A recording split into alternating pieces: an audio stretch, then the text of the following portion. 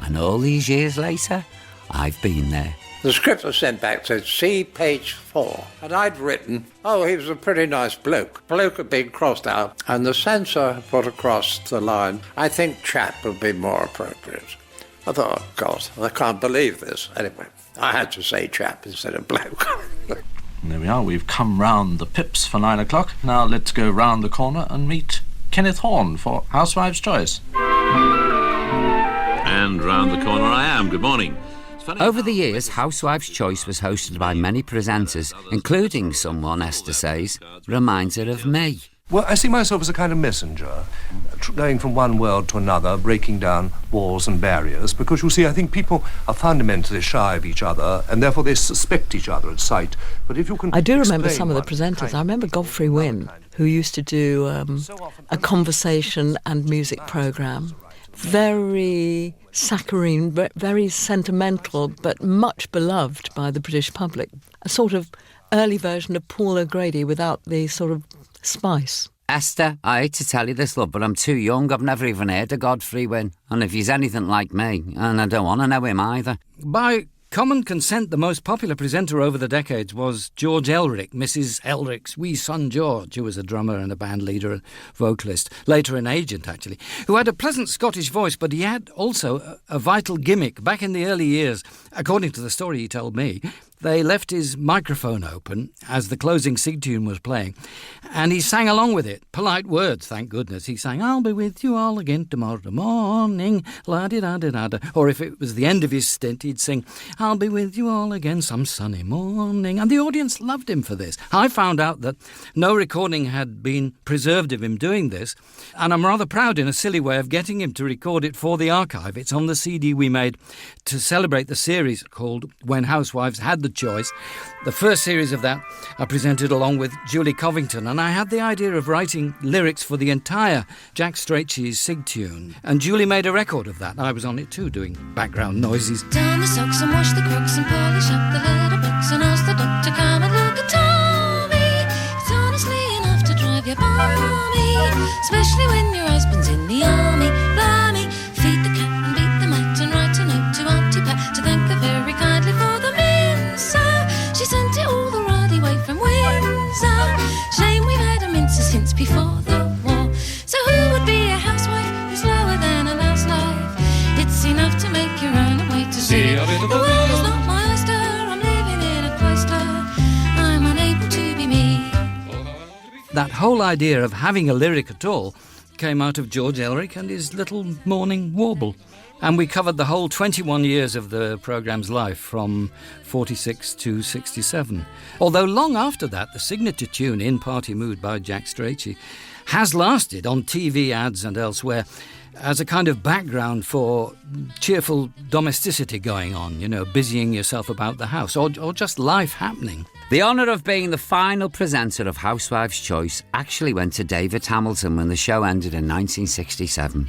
I did the last week of Housewives' Choice, which had started in 1946, and I also did, I think, the very final programme of the Light programme. So I actually did 2 programmes on the last day. I felt like an undertaker. I was burying the Light programme. And that's that. The Light programme was not just a radio station that played music.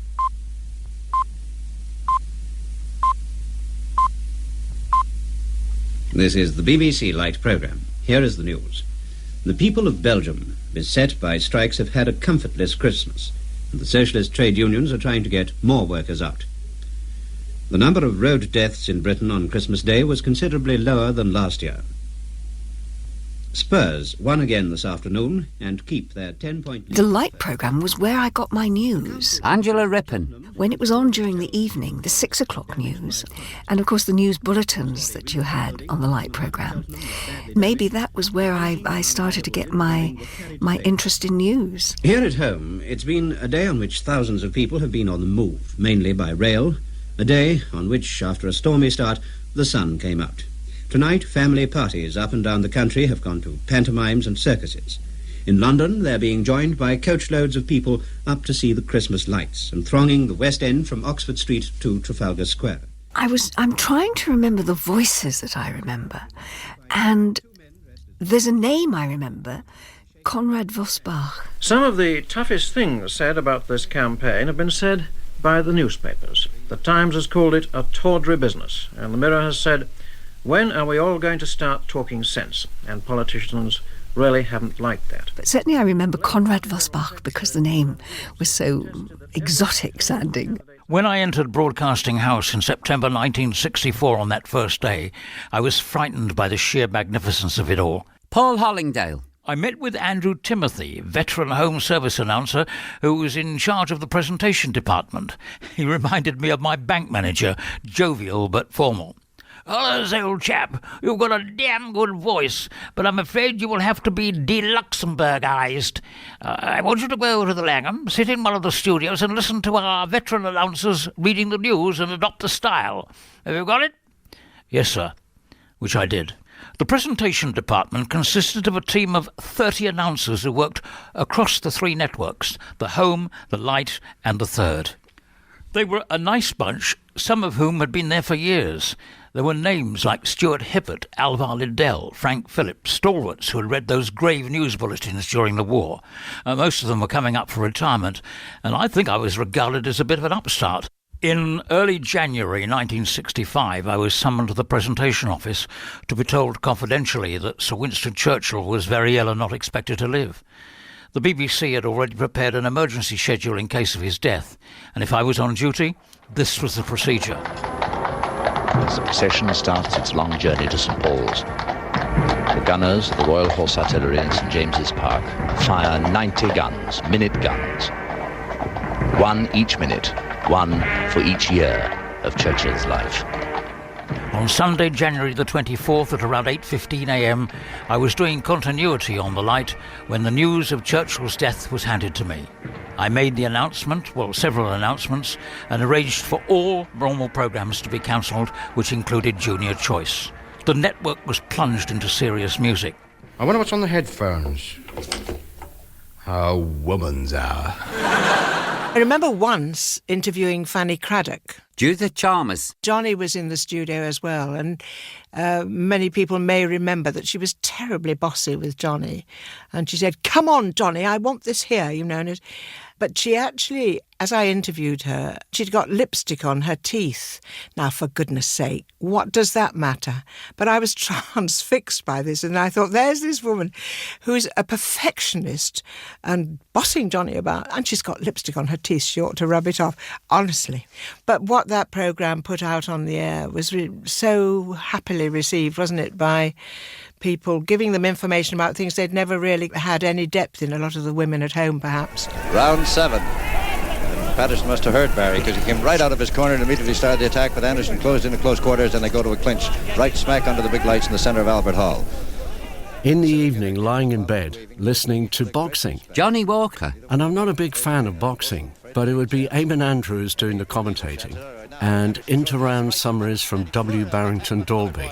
But it was the atmosphere that came over. You tuned in to this amazing atmosphere, and that's kind of what I loved about that.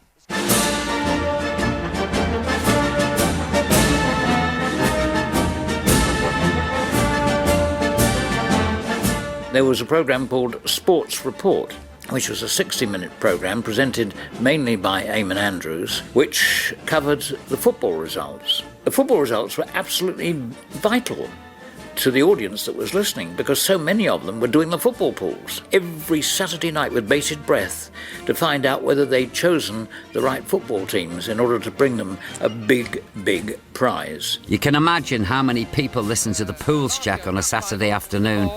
My dad included, and you daren't say a word while he was listening. I think it's the only 2 occasions on which it's ever occurred, and the ball has burst in this cup final in the 30th minute of the game.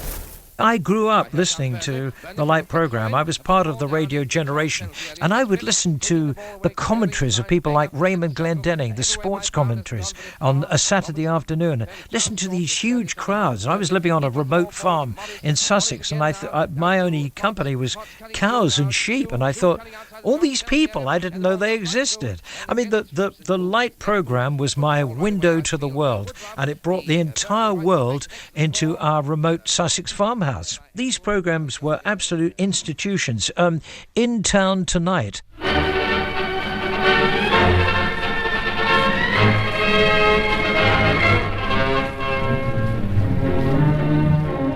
Town Tonight. That was on the Light programme, wasn't it? What was it? Let's Stop the Roar of London, with that wonderful piece of music that was at the beginning. But they would play the music and then the announcer would say, stop! Stop! And the music would stop and it would say, let's stop the music of London's West End to bring you some of the interesting people who have come by land, sea and air to be in town tonight. In 1959, one of the longest-running radio comedies began on the Light programme. It carried on sailing until 1977, and you can still hear it today on Radio 4 Extra. Angela Rippon is still a big fan of... You guessed it. Ladies and gentlemen, we present the Navy Lark with our 3 stars, Stephen Murray, John Pertwee and Leslie Phillips. I thought that was wonderful, with Leslie Phillips and Ronnie Barker, of course, in the early ones. On HMS Troutbridge, left hand down a bit. Whenever he crashed the boat, Phillips would say, oops, sorry, sir. They still make me laugh. They were funny, seriously funny. With Mr. Phillips's navigation, it's a stone-cold bonker search. We'll never be anywhere near it. I resent that. I'll have you know that I got a prize at Dartmouth. Whatever for?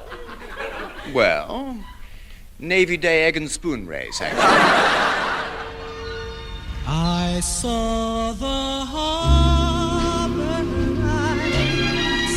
They only told me we were parting. As the Navy Lark sailed off into calm waters, another ship sailed in, challenging the BBC monopoly and especially the Light programme with its all-day playlist of endless pop music. Radio 2's Tony Blackburn and Johnnie Walker would soon begin their broadcasting careers on Radio Caroline. But the BBC Light programme steamed on into the 60s, doing what no other radio station in the world could do as well, radio comedy. And by 1965, the BBC was going round the horn. And if you're reading double meanings into that, by the way, this is nothing compared to what the show got away with. Trends in the home. Recently I saw an advertisement in the Sunday paper which said, why not get with it in the garden? So I thought, with the summer coming, it was time to have my garden replanned. So I phoned this firm, Byrne Homes and Landscape Apartments. And the next day their representatives came around. Oh, hello, I'm Julian. This is my friend Sandy.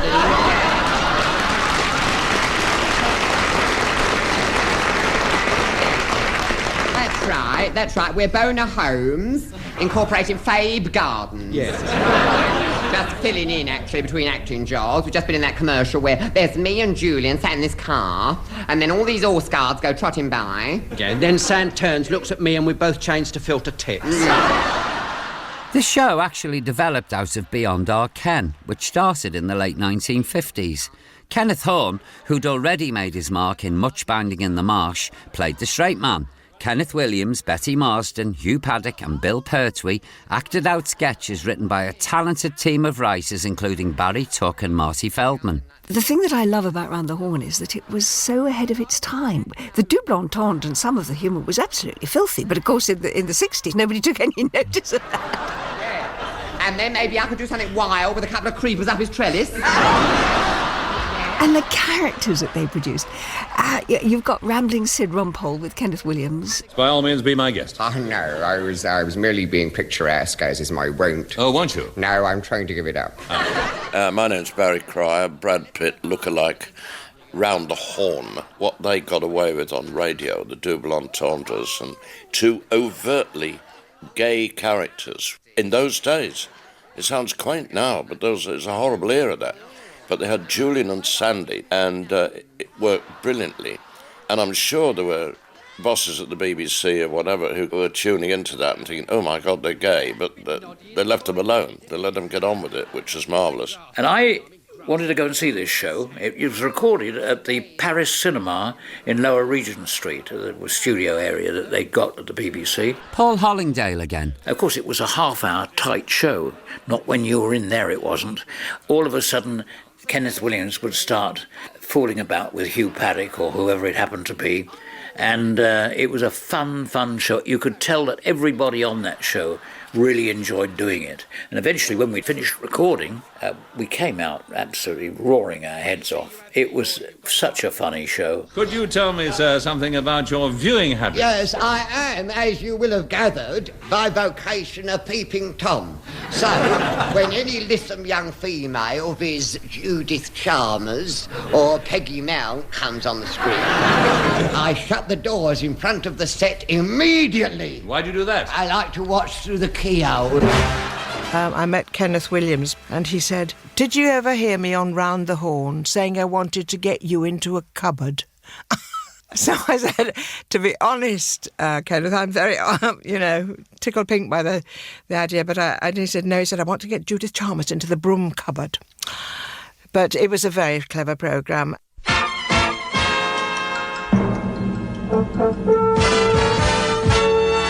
Pete Murray. Meanwhile, the music kept on going round and round at the Light programme, with presenters who had become household names and later stars of Radio 2. Tony Blackburn was tuning into his favourites.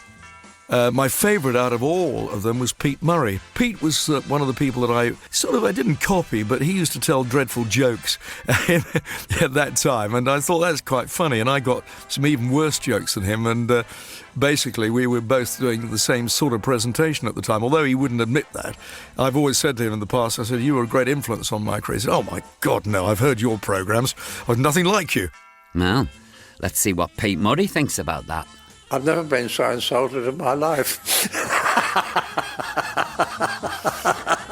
No, truly. But nice guy. Very nice guy. And I think an excellent broadcaster.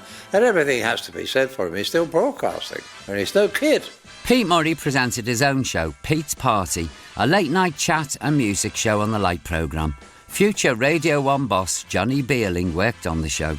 Sammy Davis Jr., I think, I remember him coming in. Tony Bennett too, he was a nice guy. And Pete was always full of fun, and there was always a great rivalry between Pete Murray and David Jacobs, and they were always sniping each other in a good-hearted way on the air, making jokes at each other's expense. Vor der Kaserne, vor dem großen Tor, steht eine Laterne und steht sie noch davor.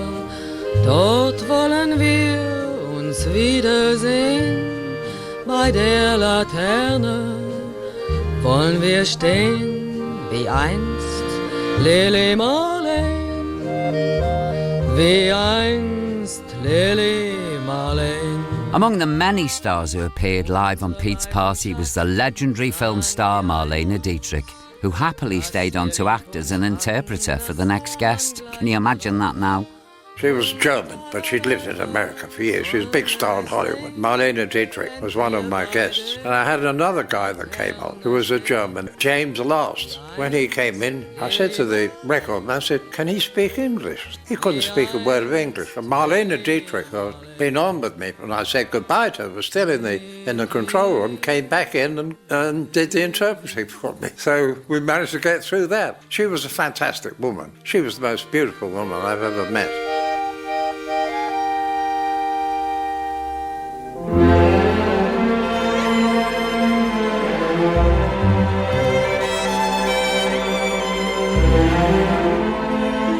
I'm Paul O'Grady, and you're listening to part 2 of The Story of the Light on BBC Radio 2.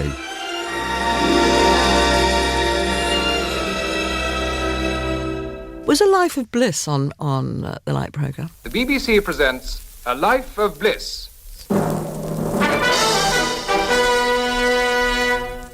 Being another episode in the life of David Alexander Bliss, better known to us as George Cole. Helping him to tell the story are Diana Churchill, Colin Gordon, Gladys Young, Petula Clark, Gladys Henson, Ernest J., Percy Edwards, Ruth Trouncer, Elsa Palmer, and the BBC Variety Orchestra conducted by Paul Fenollet. One of the most important characters was an extraordinary man called Percy Edwards, who played Psyche the dog brilliantly. Dame Esther Rantzen again. Percy could do any animal, but Psyche the dog became a real character in the sitcom. Whatever's come over you? You've been out early every morning this week. Well, I always take Psyche for a walk before I go to the office. Of course you don't. I do, you know. You don't? I do. You keep out of this. Do you know, you were really unearthing things in my long-term memory I had no idea was still there. George Cole played David Bliss. I played his girlfriend in it. Petula Clark. That was an interesting programme because the scriptwriter was having a nervous breakdown at the time, and so he would be down in the basement trying to write, and the audience would be upstairs in the theatre waiting for the next bit of script to come on so that we could do it. And these shows used to go on for hours and hours, and in the end, some of the audience would come with sleeping bags, picnics and things, you know. It became part of the whole entertainment.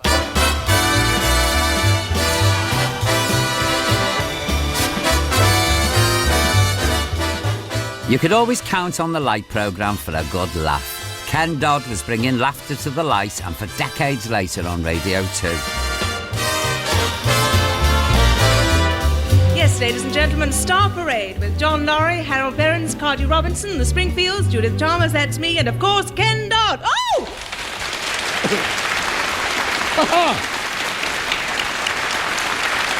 It wasn't me, officer. It was Richard Dimbleby.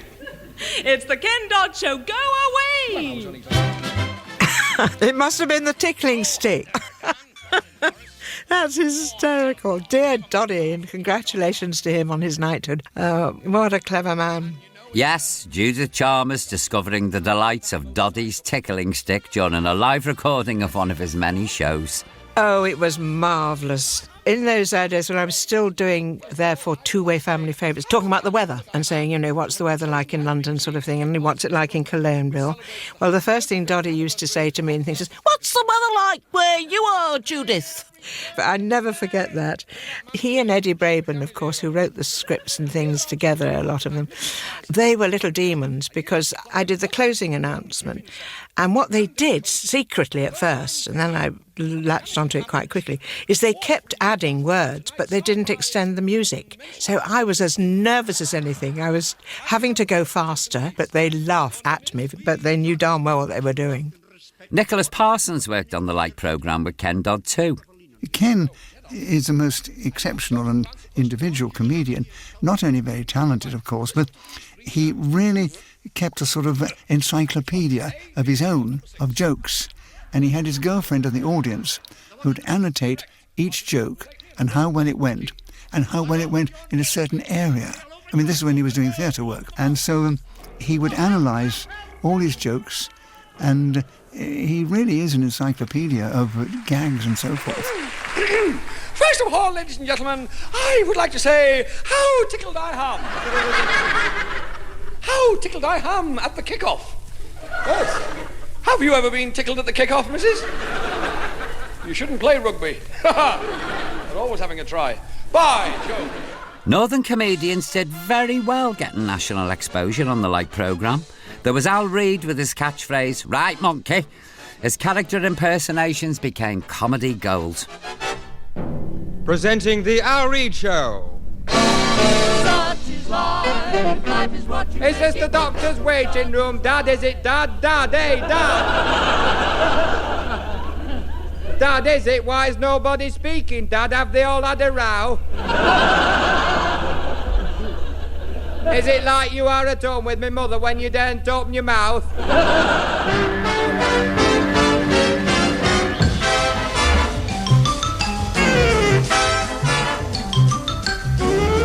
We present Jimmy Clitheroe as the Clitheroe Kid with Peter Sinclair. The Clitheroe Kid was another popular comedy from the North, running from 1958 on the Light and continuing on Radio 2 until 1972. Judith Chalmers played his sister in the series. Oh, she's a woman of many talents, as our Judith. Jimmy was a diminutive man. Do you remember? He wasn't very tall, and he played an 11-year-old. They lived at, I think it was 33 Lilac Avenue, and he always, for radio recordings, he always wore a cap and a blazer. So he played the part visually for the audiences of an 11-year-old wicked boy. I was Susan, his sister, his long-suffering sister, from time to time. There were others who played that part over the years, but it ran for a long, long time, didn't it? There's flames coming out of the griller. Oh, all right, don't panic. Heck, it stinks worse than me granddad's thick twister. Back in the drama department, there was trouble on and off the air for Mrs. Dale's Diary, later known as The Dales.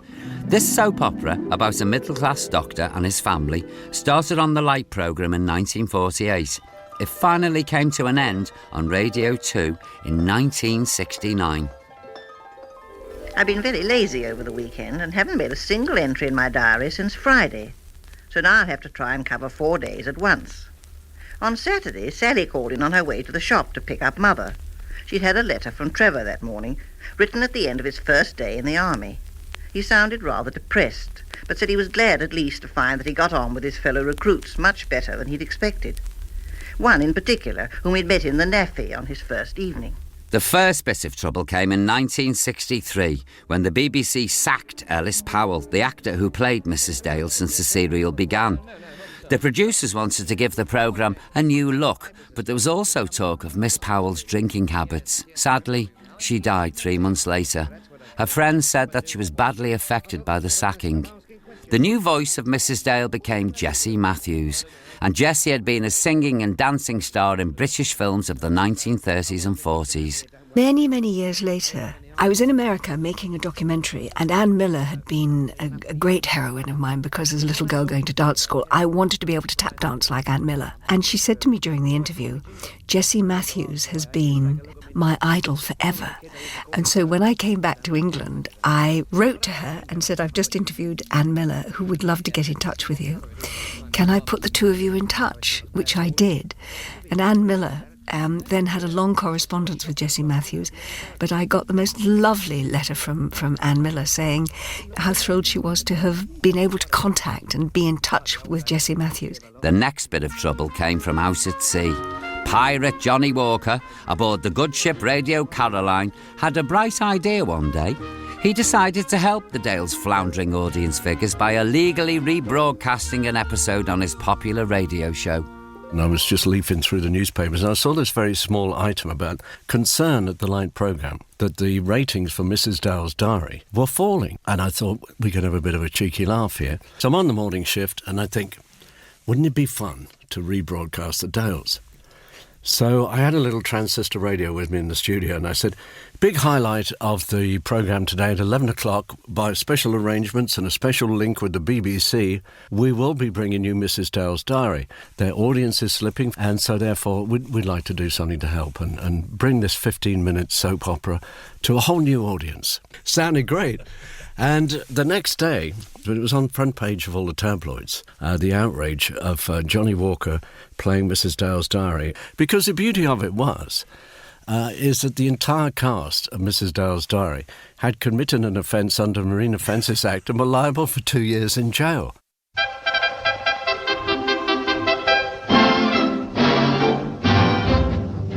My name's Brian Reynolds. I've been a lifetime enthusiast in light music, and in particular the radio programme Music While You Work, which was purely instrumental, which I happen to prefer to vocal, and it ran from 1940 until 1967.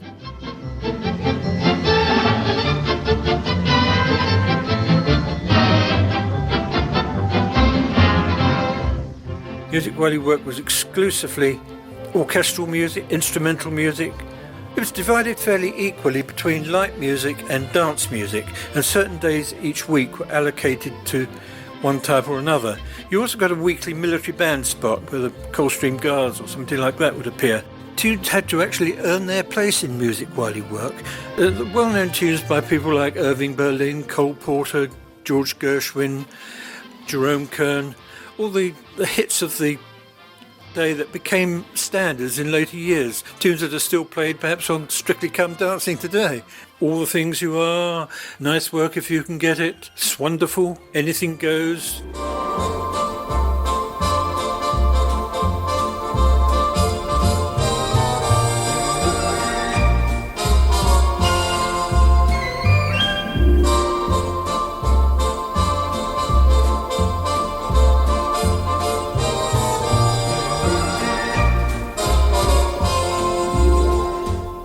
It's It's often forgotten that the pirate radio stations didn't pay music royalties on records that they played.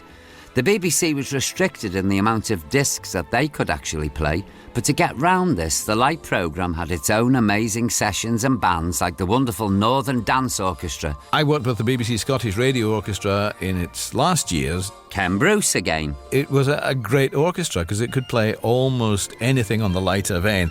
Some great jazz players in it. It was the same with the Northern Dance Orchestra, the NDO.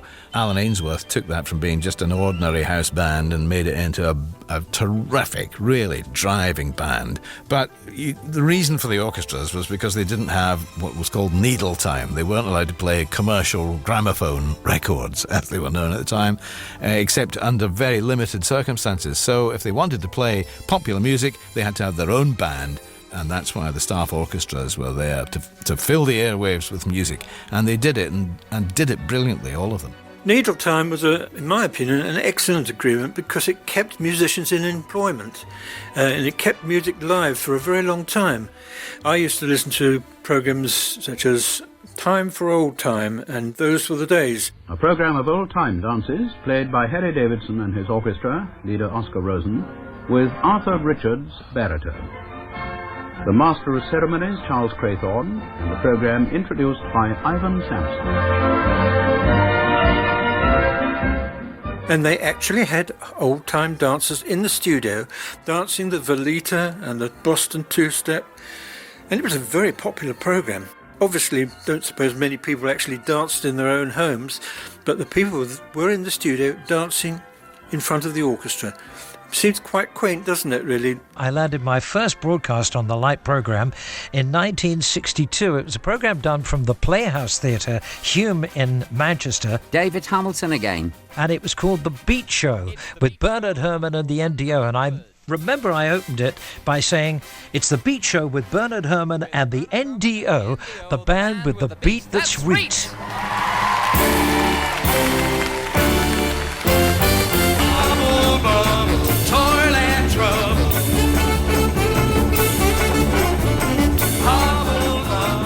At the time, I thought that was a very hip phrase, but I look back now and realise how corny it was. But it was a hybrid show. It was a programme that was a combination of a BBC orchestra and beat groups of the day. So there were groups like the Mindbenders, the Searchers, and Brian Poole and the Tremolos, and so on. The audience, who were mainly teenagers, loved the beat groups, and while the orchestra was playing a cover version of a Herb Alpert hit, they were quietly eating their popcorn. Gerald Jackson, who presents a show called Unforgettable on BBC Radio Lancashire, still plays recordings of the Northern Dance Orchestra today, and his listeners still love hearing them. I was a teenager in the 60s, and growing up in the north, the NDO stood out for me even then. But the regular requests for their recordings on my programmes today just shows their longevity. I had the pleasure of visiting the Playhouse in my early days with the BBC, and then the chance to work with some of the former NDO players later in my career as a producer. They were very much loved and still much missed. By the mid-60s, there were fewer and fewer opportunities for live orchestras to play on the radio. So when Music While You Work ended, many of them never broadcast again. Jimmy Leach, he was an organist, played on the very first day in 1940 and on the last day.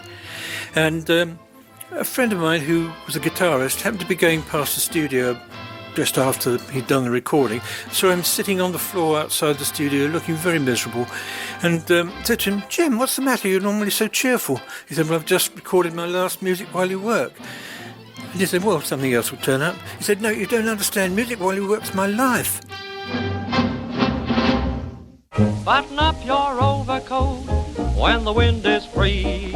Take good care of yourself, you belong to me. I was relieved of continuity announcing to work on a whole series of shows. Paul Hollingdale again. To start with, I was very formal, but I thought I could have some fun with this. Listeners suddenly started sending cards and letters which we could respond to.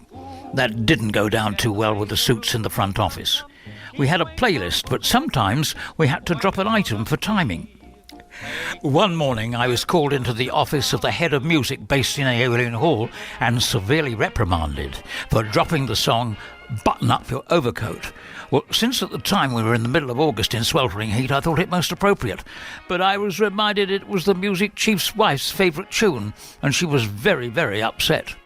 I did programmes like Midday Spin and Swing into Summer, and it was incredible because unlike today where you have a self-op one-man band, in those days we had about 5 people on the other side of the glass. There was the producer's secretary with a stopwatch, there was a grams operator, a tape operator, and a studio manager working all the faders.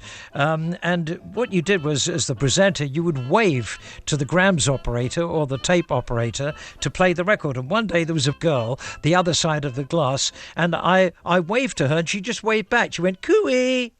and forgot to play the record. We had to work with a script. It was all very formal. And you would be given the running order a few days in advance, and then you'd have to write the script. And I remember having one producer who was very, very picky, and he said to me, "I notice you keep using the expression right now." He said, "Is there another way we could say this? Could we say just now, or even now? That's a good word, isn't it?"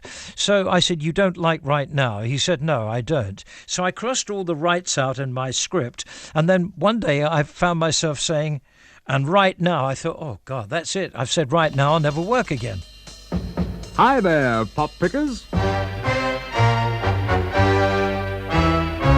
It's me again, and Sunday at 4 means pick of the pops. The Light programme was the only place you could hear pop music during the day, so it had a big following. Well, now we're going to have another number from the John Barry 7, and there's a card requesting this one I particularly like. It's from someone with the unlikely name of Mary Motylinska of Shepherd's Bush, London, who says, "I think you and Saturday Club are the greatest, so I know you'll get John Barry to play Walk, Don't Run for all the boys of the RAF at Bawtry, Doncaster, and especially LAC Dave Mills on the MT section. Tell him I hope to see him again soon, and P.S. I can't wait to change my name to Mills. I bet you can't, Mary. Anyway, here's Walk, Don't Run."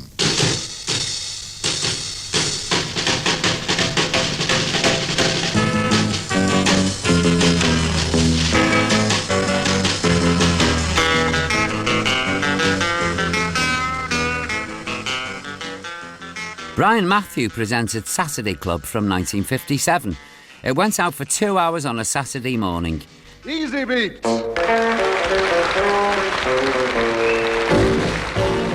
Saturday Club and Easy Beat, both presented by Brian Matthew. Ken Bruce. Sunday was Easy Beat Day. So yeah, you got your pop music then. Live performances by just the best people, the top names of the day, live from the Paris studio in Lower Regent Street or the Playhouse in Northumberland Avenue, and live on a Saturday and Sunday morning. It was really event radio, and all youngsters tuned in to hear these. As Brian Matthew remembered in this interview recorded for this programme shortly before he died. I knew it was an innovation as far as broadcasting was concerned, as Saturday Club and its whole structure with limited number of listener requests. That in itself turned out to have quite a wide appeal, and we had an enormous audience. I mean, it will run into millions. It was very big.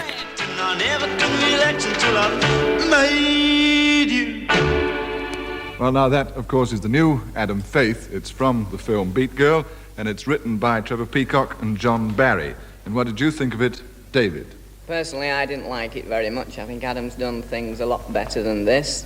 It's just the same as a lot of other beat numbers that are coming out now. There's nothing special about it. And it may get into the Hit Parade solely because Adam Faith made it. Right. Would you agree with that, Hazel? No, I wouldn't. I like it very much.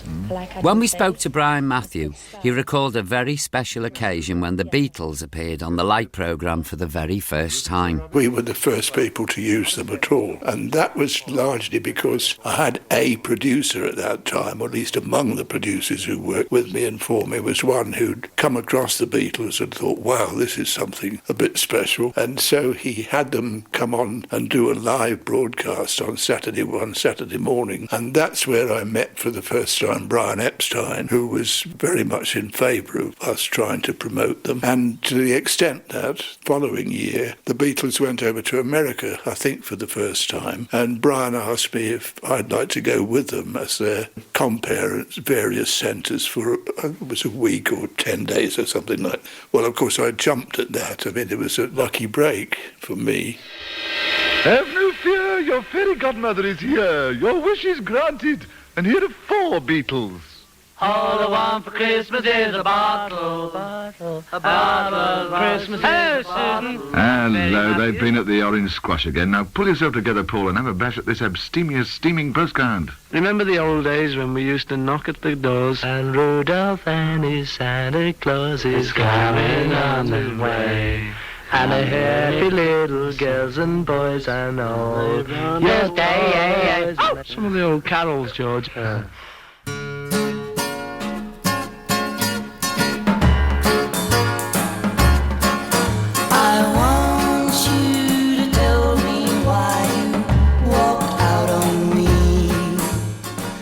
The Everly Brothers, that was a remarkable one, that I knew they'd been booked to come on our show, and at the time they were due to arrive, I got a message with about half an hour to go that their plane had been delayed and they'd only just landed, but they were going to get over as quickly as they could. And then if you had to book an act and get their work done within a specified period because somebody else had booked the theatre for later. So anyway, the Everlys turned up and they'd got exactly 18 minutes left. Not their own fault, the plane had been delayed, and that's all the time they'd got left. So they said, well, we'll do as much as we can for you in 18 minutes. So they got down these 2 remarkable musicians, and in that 18 minutes they did 6 numbers, which was unheard of by anybody I'd ever come across. John, in the 1960s, pirate radio stations like Caroline and London were making inroads into the Light programme's audience, which, I'm afraid to say, had been slow to change with the times. Paul Hollingdale. They had to pay attention to what the industry was doing at that time. I mean, it was the swinging 60s, for goodness sake. But of course, they had this needle time problem. They could only play so many hours of records a day. They were aware of the changes, but they could only do it the way that they thought it was right. They did not know what was round the corner, but they decided that they would do things their way since they had the monopoly.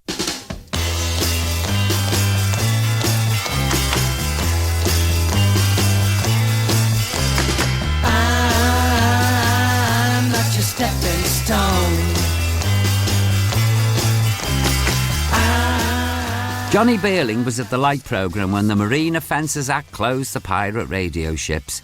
Big changes were proposed for the Light programme. The whole BBC plan, broadcasting in the 70s, was brought about because of the Marine Offences Act and the close down of the pirates. It was necessary for the BBC to conduct an investigation and write a report, and the net result of that was the setting up of 4 generic networks as opposed to comprehensive style that we had before with the Home Light and Third, and that really was the start of everything. The music programmes seemed to happen more once pirate radio had come along, and in a way, looking back now, I realise that the BBC Light programme was auditioning presenters for what was going to be in the future Radio 1 and Radio 2. There were new voices too, like Terry Wogan. Johnnie Beerling recalls some happy days in Dublin where he would produce Terry's first shows. Terry Wogan was on the staff of Radio Telefís Éireann, and one day my boss called me in and introduced me to this young Irish fella. But the problem was, although RTE was very pleased to have Terry broadcasting on the BBC, they couldn't guarantee to give him sufficient time off to come to England every week to do the programme. So every 4th week I would travel across to Dublin, and Terry and I would go out doing research the night before, research in local pubs mostly, and then we would do the programme the next morning, and Terry proved to be very popular. But I'm always pleased to look back and say I was the first BBC producer he ever had. There are a lot of records the DJ hears every day, and there are just a few that stick out, and that is one of them. Going to play another one later on called Along Comes Mary, so if you can stand the pain of waiting, wait. Here's Don't Let the Rain Fall. Pete Murray and Johnnie Beerling were amongst those at the Light programme who welcomed new presenters like Kenny Everett to the BBC. And I used to look forward to driving into London to listen to Radio London and Kenny Everett. And he did a programme with Dave Cash. That really decided me. These people are entertaining me. I don't give a damn about the records.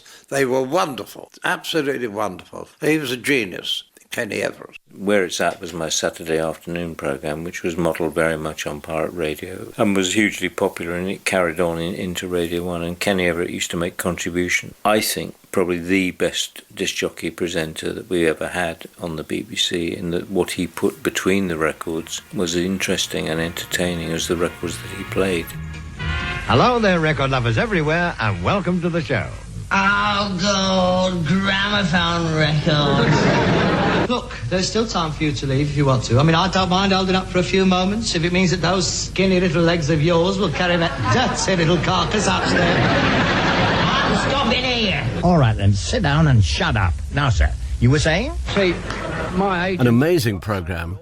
There was, I think, a massive influence on Kenny Everett and also Adrian Just was Jack Jackson, who did this sort of programme of playing music but bringing in comedy clips and bits of this and bits of that, and must have taken hours and hours.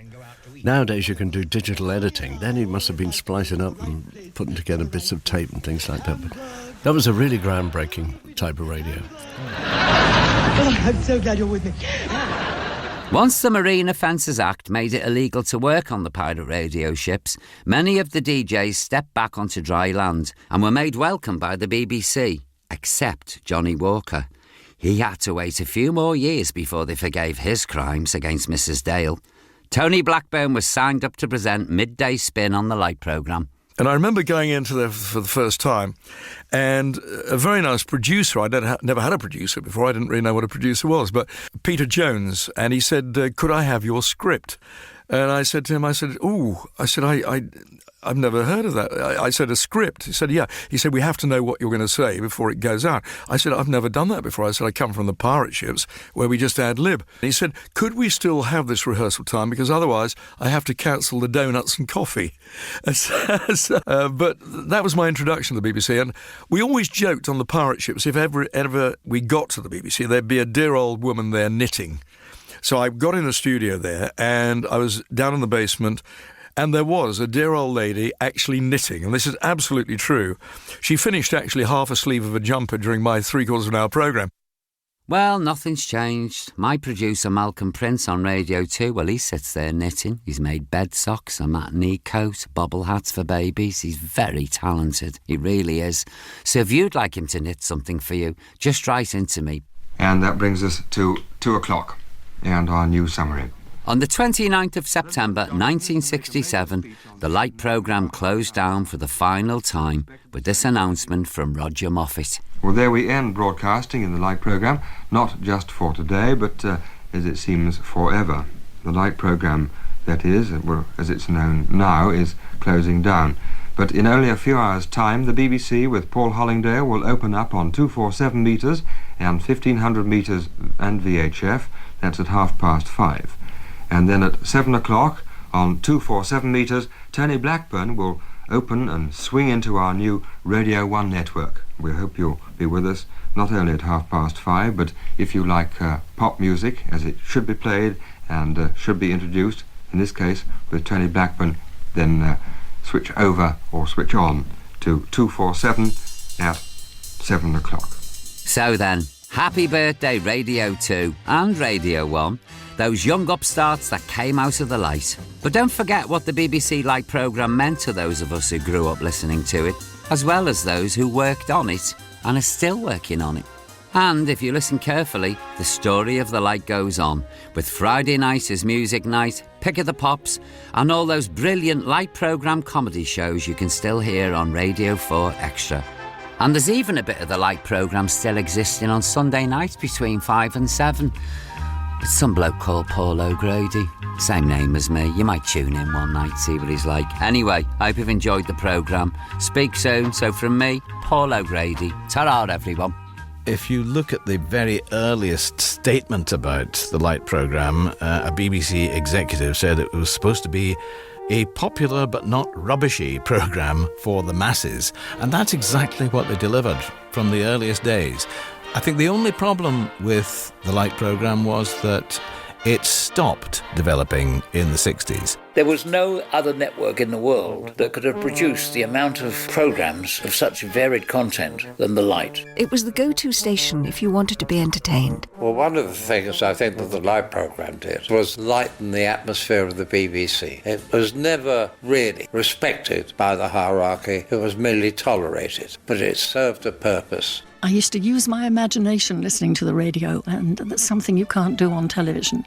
Here you had this radio station that did workers' playtime, and then they had some horse racing, and then they'd have some soccer, and then have some orchestral things, and then they'd have sing something simple. And it was an amazing collection of varied programme. I think Radio 2 carries on the tradition of warm-heartedness, coziness, and the presenters are friends of yours. And that harks back to the Heroes of the Light programme. They became members of your family in a way that I think Radio 2 still does.